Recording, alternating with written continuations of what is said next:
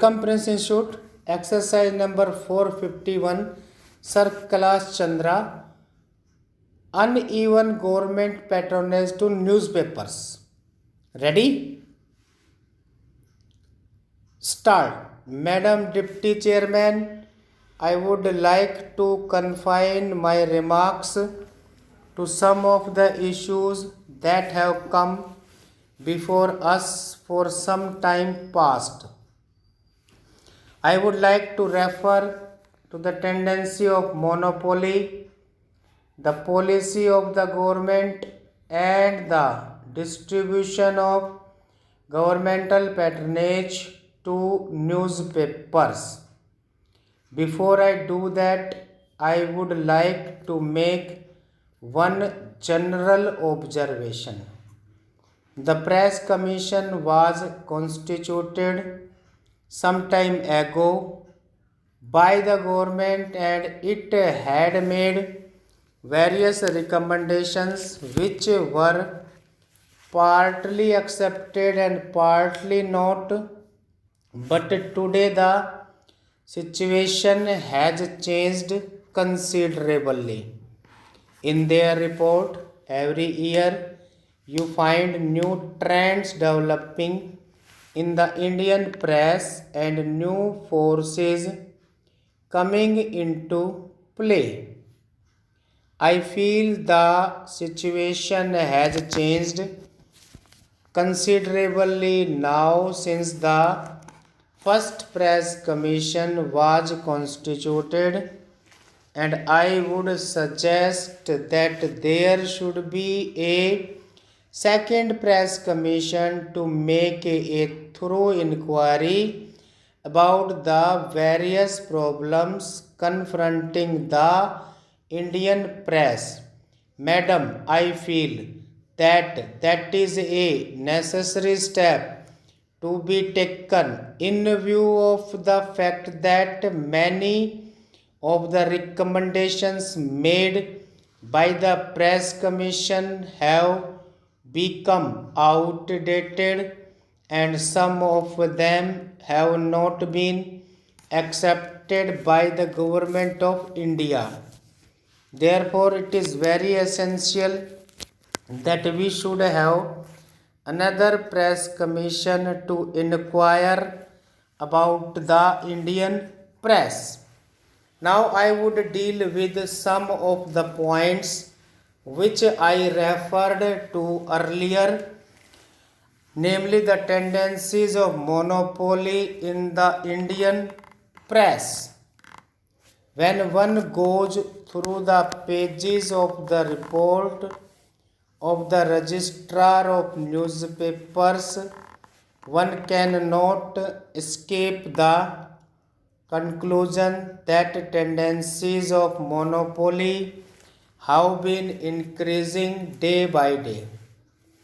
I might read out a few sentences so that we might be able to understand the dangerous trend that is prevalent so far as monopoly is concerned. The registrar of newspapers says in chapter 5 that there is a further concentration of newspapers under common ownership as represented by chains, groups, and multiple units. I would like to know whether we should not cry a halt to this growth of monopoly in the press. The question is how to do it, how to bring about diffusion in paper ownership. May I suggest that one of the ways to bring about diffusion in the matter of ownership is to put a limit on the ownership of papers by a group or a chain. We have now to consider whether a certain amount of limit should not be contemplated. Next para. Now I would refer to one or two other aspects about the policy of the government itself in regard to certain matters. Madam, after the emergency was declared, I thought that the patriotic press of India would react to the needs of emergency, and I must say, whatever may be the position or the capital structure of the press, whatever may be the monopolistic trends in the Indian press in the beginning, though the press was comparatively free to publish anything it liked, it exercised restraint and showed a sense of responsibility. But later on, I find that government interfered with the functioning of the various papers and even directed or suggested that certain things should not be published at all, and a sort of veiled threat was issued by the Home Ministry to various papers that they should not publish certain things which are critical of government.